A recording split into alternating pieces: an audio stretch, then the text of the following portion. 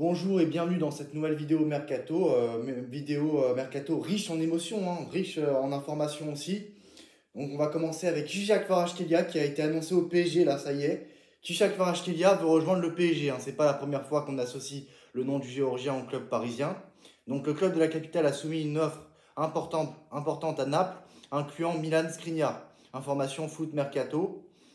Khizak Kvaratskhelia fait pression pour une vente cet hiver. Le Paris Saint-Germain négocie pour trouver un accord avec Naples.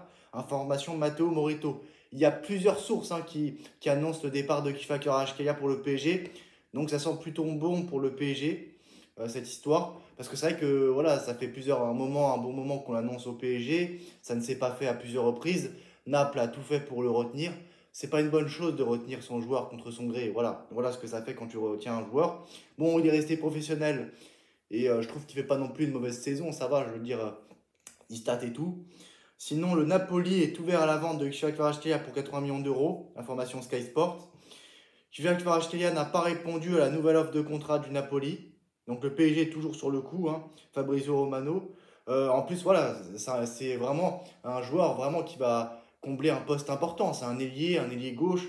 Il peut très bien, voilà, c'est parfait ça pour concurrencer Bradley Barcola. C'est l'ailier parfait, clairement. Sur la liste des joueurs à acheter, il fait clairement partie des priorités. Vraiment. Il y a plusieurs joueurs, ça n'a pas pu se faire parce que voilà, il faisait partie des priorités du gourou Luis Enrique. Et vu que le gourou Luis Enrique n'a pas pu boucler l'arrivée de Khizak Kvaratskhelia l'été dernier, bah, il n'a pas voulu prendre d'autres joueurs.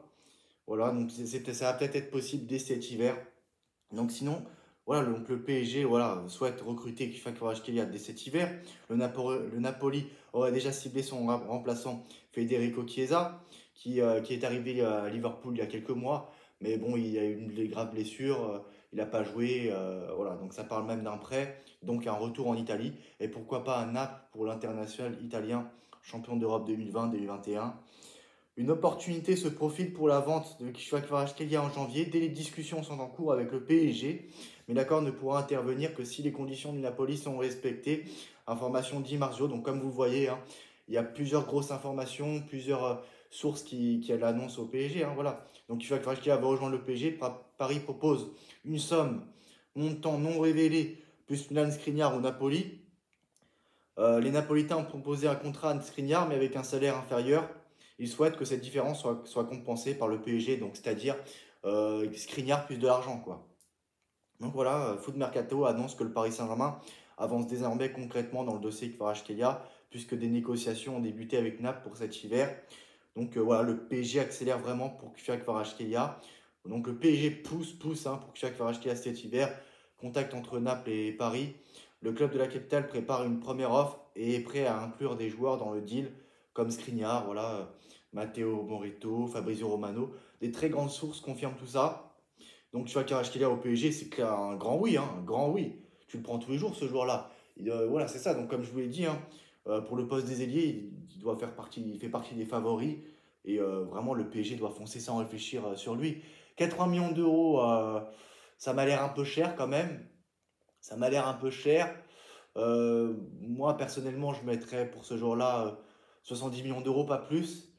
Mais 80 millions d'euros, franchement, ça va. Parce que euh, quand tu vois que Rio De Laurentiis demandait des 200 millions d'euros, des 180 millions d'euros, voilà, comme si c'était Haaland, Vinicius, tout ça. Non, faut pas non plus déconner. 70 millions d'euros, voilà, ça passe, ça passe. Franchement, ça passe, 70 millions d'euros. Mais pas plus, quoi. Pas plus. Mais 80 millions d'euros, ça va, ça passe. Voilà. Donc 80 millions d'euros, ça m'a l'air abordable. Donc voilà, le PSG doit foncer dessus.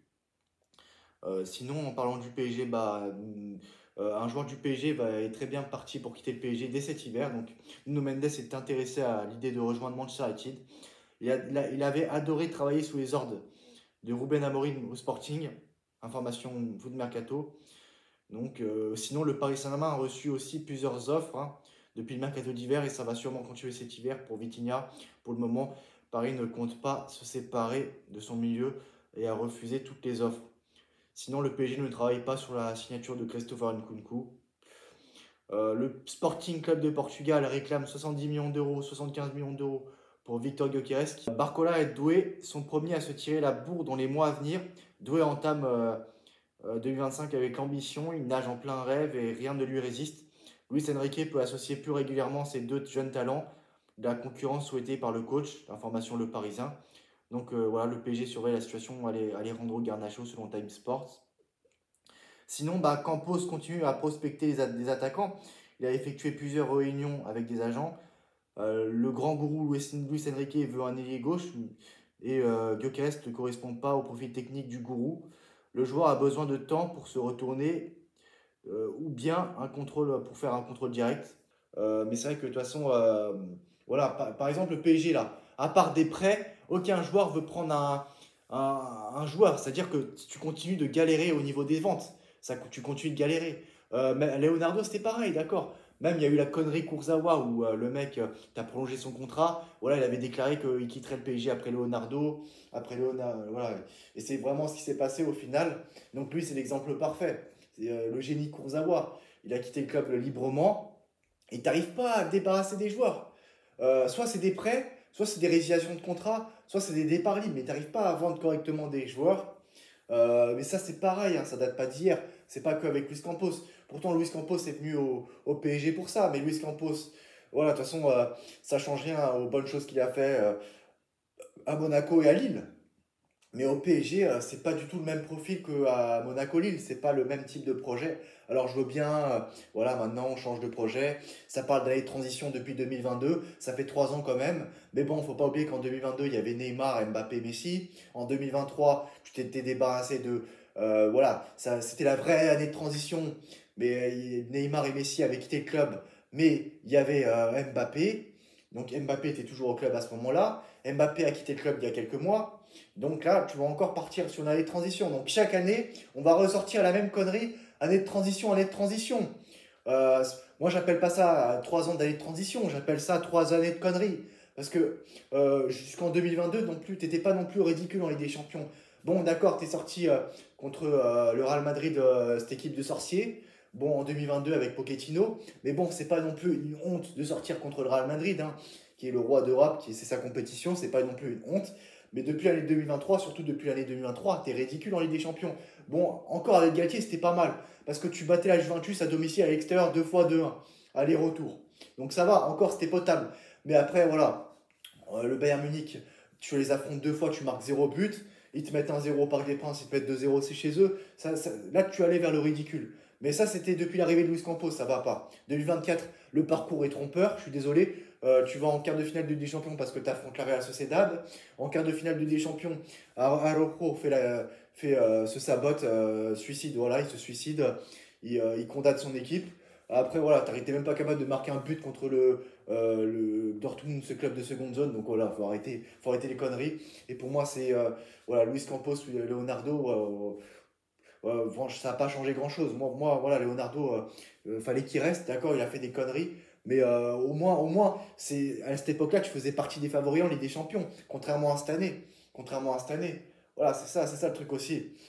Donc là, c'est 3 années de conneries et 3 années de ridicule et les choses. Voilà.